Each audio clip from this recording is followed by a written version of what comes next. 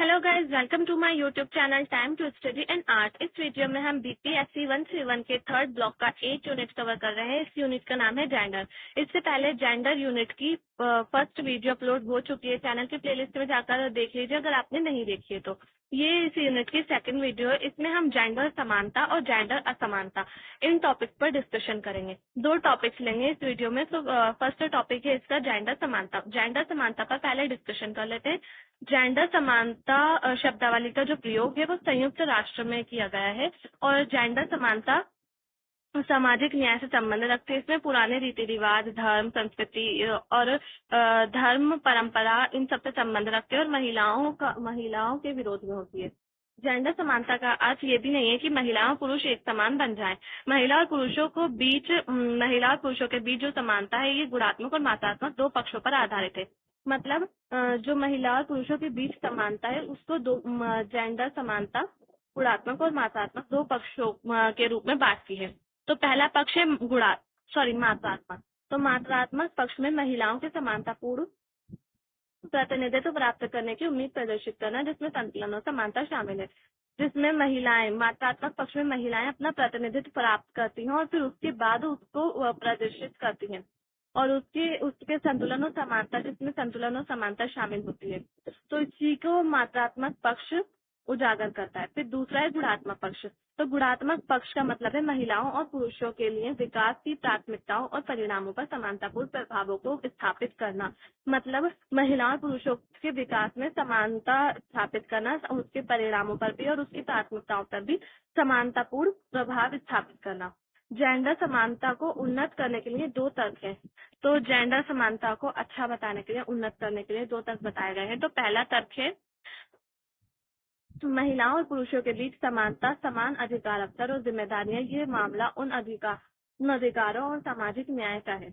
मतलब महिलाओं और पुरुषों को समान अधिकार देने चाहिए, समान जिम्मेदारियां देनी चाहिए और अपने काम को पूरा करने के लिए, अपना विकास करने के लिए समान अवसर देने चाहिए। यही सामाजिक न्याय है। दूसरा है महिलाओं और पुरुषों के बीच समानता एक पूर्व शर्त और प्रभावी संकेतक एक महत्वपूर्ण भी है। सतत जिन केंद्रित विकास के लिए महिलाओं और पुरुषों दोनों के प्रत्यक्ष स्वीकार्यता, हितों, आवश्यकताओं और प्राथमिकताओं को न केवल सामाजिक न्याय के मामले के तौर पर देखना चाहिए बल्कि ये विकास की प्रक्रिया को संपन्न करने के लिए भी नितांत आवश्यकता है।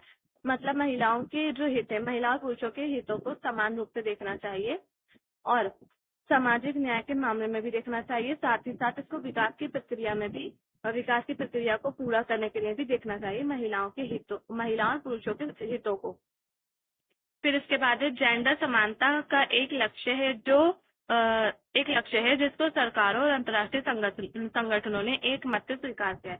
जेंडर समानता को सरकारों ने भी और अंतर्राष्ट्रीय संगठनों ने भी एक मत से ही स्वीकार किया है। इसको उन्होंने बहुमत से अस्वीकार नहीं किया है। इसको अंतर्राष्ट्रीय समझौतों और प्रतिबद्धताओं में शामिल कर दिया गया है। हालांकि पूरे विश्व में एक वैश्विक ढांचा बना हुआ है असमानता का, जो कि महिलाओं के प्रति हिंसा, महिलाओं की राजनीति में भागीदारी तथा निर्णय निर्धारण ढांचे में उनके प्रतिनिधित्व में प्रदर्शित होता है।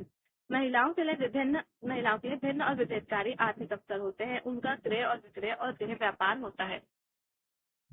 तो इसमें बताया गया है कि पूरे विश्व हमेशा महिलाओं के साथ असमानतापूर्ण व्यवहार किया गया है। उनके ऊपर हिंसा किया गया, उनका शोषण किया गया, उनको राजनीति में भाग लेने का कोई अधिकार नहीं था, निर्णय लेने का अधिकार नहीं था।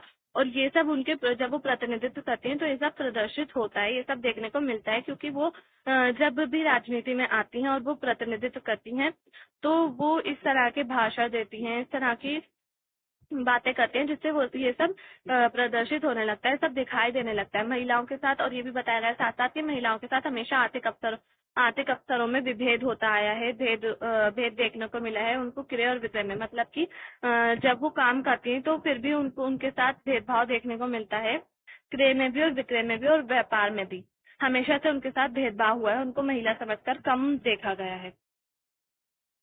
तो ये टॉपिक कंप्लीट हो गया। इसके बाद हम जेंडर असमानता इस टॉपिक पर डिस्कशन करेंगे। तो नेक्स्ट टॉपिक है पितृसत्ता में जेंडर असमानता की समझ। तो पितृसत्ता क्या है? पितृसत्ता एक ऐसी सामाजिक व्यवस्था है जिसमें पुरुष हमेशा भौतिक रूप से, सामाजिक रूप से, आर्थिक रूप से अपनी शक्तियां प्रदर्शित करते हैं और महिलाओं को दबाने की कोशिश करते हैं। ये सारी शक्तियां वो महिलाओं के ऊपर ही लागू करते हैं। तो कुछ नारीवादी पितृसत्ता की महिलाओं को वृद्ध और स्थानिक संरचनाओं द्वारा व्यवस्थित अधीनता की व्याख्या के लिए करते हैं। तो नारीवादी मानते हैं कि पितृसत्ता ऐसी व्यवस्था है जिसमें महिलाएं जो होती हैं वो पितृसत्ता के अधीन होती हैं। ये संरचनाएं अवरोधों, महिलाओं के जीवन को की पसंदगी और अवसरों पर प्रतिबंध लगाकर पुरुषों को लाभ पहुंचाने का काम करती हैं। जो पुरुष वर्चस्ववादी जो पितृसत्तात्मक व्यवस्था होती है उसमें पुरुषों का लाभ होता है और पुरुष सामाजिक अवरोधों में और महिला सामाजिक संरचनात्मक अवरोध होते हैं उसमें महिलाओं के रास्ते में हमेशा से अवरोध यानी कि रुकावट पैदा करते हैं और महिलाओं की पसंद नापसंद, उनके जो जीवन में विकास के अवसर होते हैं उन सभी पर प्रतिबंध लगाते हैं पुरुष। तो ये पुरुषवादी सत्ता में होता है। पितृसत्ता की विभिन्न प्रकारों से व्याख्या की गई है। पितृसत्ता का स्रोत प्रायः महिलाओं के जनन करने की भूमिका तथा यौनिक हिंसा में है, जो पूंजीवाद के शोषण की प्रक्रिया से गुंदी हुई है। पितृसत्ता के दमन के मुख्य स्थलों की पहचान कर ली गई है, जैसे कि घरेलू कार्य, भुगतान काम, राज्य, संस्कृति, यौनिक हिंसा आदि। तो पितृसत्ता किस किस तरह से महिलाओं का शोषण करते हैं, किस किस तरह से महिलाओं का दमन करते हैं और किन किन जगहों पर करते हैं। तो वो है घरेलू काम में उनका शोषण किया जाता है, भुगतान के काम, राज्य में, संस्कृति में यौनिक हिंसा किया जाता है। पितृसत्ता की संकल्पना का जेंडर और विकास सिद्धांतीकरण में प्रयोग किया गया है। मतलब जेंडर की जो अवधारणा है और जो महिलाओं का विकास है उसमें पितृसत्ता की जो संकल्पना है उसका प्रयोग किया जाता है।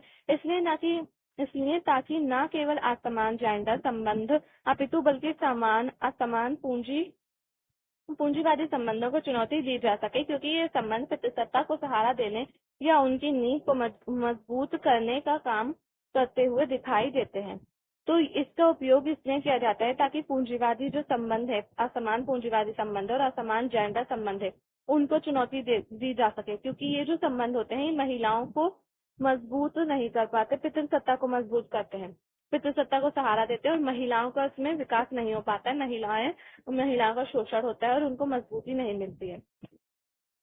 और ये जो संबंध होते हैं हमेशा से पितृसत्ता को ही बढ़ावा देते हैं, पितृसत्ता को मजबूत करते हैं।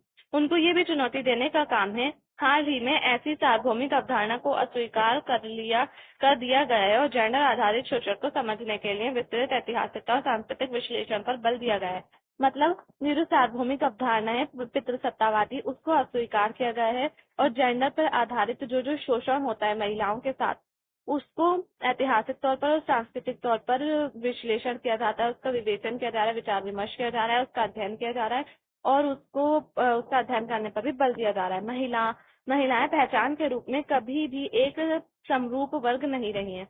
मतलब कभी भी महिलाओं की पहचान नहीं देखने को मिले, कभी भी महिलाओं को एक अलग पहचान नहीं दी गई। हमेशा पुरुषवादी समाज से जोड़कर ही, पुरुष पितृसत्तात्मक समाज से जोड़कर ही महिलाओं को पहचान दी गई है। जेंडर असमानताएं अन्य असमानताओं के आर पार बनी हुई हैं, जैसे वर्ग, जाति, निर्जातियां और नस्ल। कुछ संदर्भों में जेंडर की प्राथमिकताओं से ऊपर हो सकती है। पितृसत्ता की कठोर और सार्वजनिक संकल्पना परिवर्तन के लिए अवरोध और कार्य नीतियों के लिए महिलाओं को उनका स्थान देने के लिए तैयार नहीं है। मतलब पितृसत्ता की जो अवधारणा है वो एक कठोर और स्थिर हो गई है, जो परिवर्तन के लिए बिल्कुल भी तैयार नहीं होती है, हमेशा परिवर्तन में रुकावट पैदा करती है और महिलाओं के विकास के लिए, महिलाओं की कार्यनीति के लिए उनको कोई जगह नहीं मिलती है इस व्यवस्था में, पितृसत्ता व्यवस्था में। और महिलाओं को वो अपना कोई कार्यनीति नहीं बना पाती, अपना विकास नहीं कर पाती है इस व्यवस्था में। तो गाइस ये टॉपिक यहीं फिनिश हो गया है और इस पार्ट को भी हम वीडियो के पार्ट को यहीं फिनिश करते हैं। नेक्स्ट टॉपिक में हम पितृसत्ता की उत्पत्ति के सिद्धांत इस टॉपिक पर डिस्कशन करेंगे। तो थैंक्स। अगर आपको वीडियो पसंद आए तो प्लीज लाइक करें, शेयर करें, चैनल को सब्सक्राइब करना ना भूलें।